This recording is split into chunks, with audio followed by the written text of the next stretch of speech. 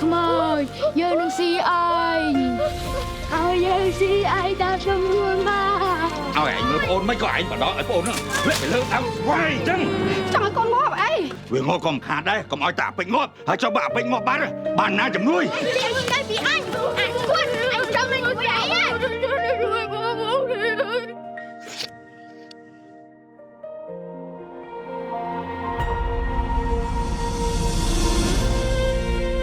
មានប្តីប្រពន្ធគេពីរនាក់គេហាក់បីដូចជាមាននិស័យជាមួយចៅពេជ្រគេហ្នឹងក៏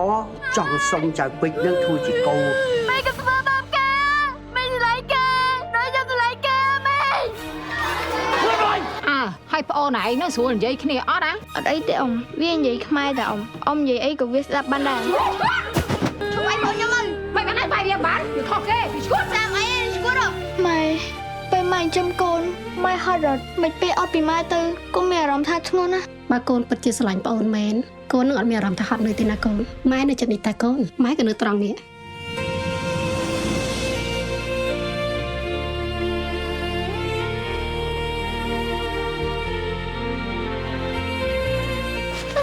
ម្លេះស្លាប់គ្រប់គាត់ដឹកនៅគួតតាមានឈួតណាមនុស្សចាស់ចឹងហើយ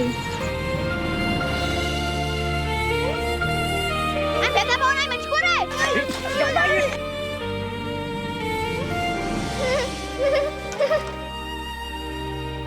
បាយមកអីទៅពេលធំឡើយយើងចង់ធ្វើអីគេអូន